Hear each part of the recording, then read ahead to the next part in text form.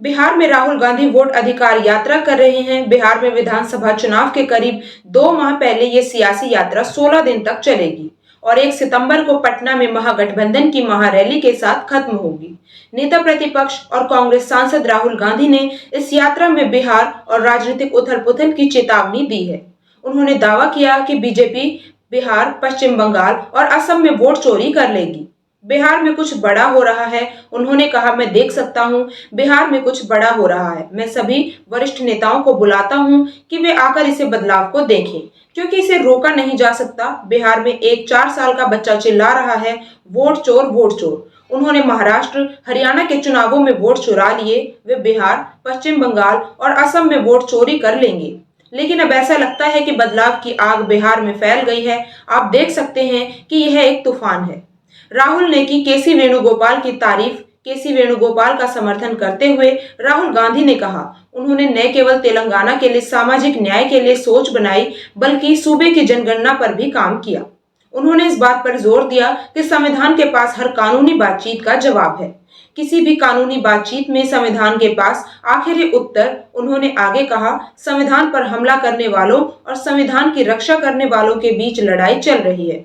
हर एक पार्टी ने सर्वसम्मति से रेड्डी जी का समर्थन किया है। जब मैं बोलने के लिए सोच रहा था, तभी मैंने उनके पास संविधान को देखा। वो भारत के संविधान को हर जगह अपने साथ रखते हैं।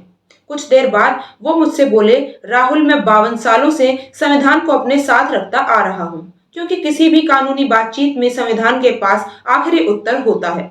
लोकतंत्र होने के बावजूद चुने गए व्यक्ति को कोई पावर नहीं। लोकसभा में पेश हुए बिल पर हो रहे विवाद पर राहुल ने कहा, देश उस दौर में जा रहा है जब राजा अपनी इच्छा से किसी को भी हटा सकता था। लोकतंत्र होने के बावजूद चुने गए व्यक्ति को कोई पावर नहीं है।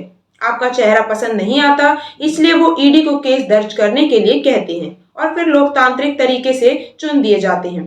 वो 30 दिनों के भीतर हटा दिया जाता है। साथ ही हमें ये नहीं भूलना चाहिए, हम एक नए उपराष्ट्रपति का चुनाव क्यों कर रहे हैं। पूर्व उपराष्ट्रपति पूरी तरह से चुप क्यों हो गए हैं। पूर्व उपराष्ट्रपति जगदीप धनखड़ के इस्तीफे का मुद्दा उठाते हुए विपक्ष के नेता ने दावा किया कि उनके इस्तीफे के पीछे एक बड़ी कहानी है, जिसके बारे में लोगों को जानकारी नहीं है। उन्होंने सवाल किया कि पूर्व उपराष्ट्रपति पूरी तरह से चुप क्यों हो गए हैं। राहुल गांधी ने कहा, जिस दिन उपराष्ट्रपति ने इस्तीफा दिया, उस दिन वेणुगोपाल जी ने मुझे फोन किया और कहा कि उपराष्ट्रपति जी चले गए हैं। उनके इस्तीफे को लेकर एक बड़ी कहानी है। आप में से कुछ लोग इसे जानते होंगे, कुछ नहीं जानते होंगे, लेकिन इसके पीछे कहानियों की परत है। भारत के उपराष्ट्रपति ऐसी स्थिति में क्यों हैं कि वे एक शब्द भी नहीं बोल सकते। अचानक वो व्यक्ति जो राज्यसभा में खुलकर बोलता था, चुप हो गया है, पूरी तरह से चुप।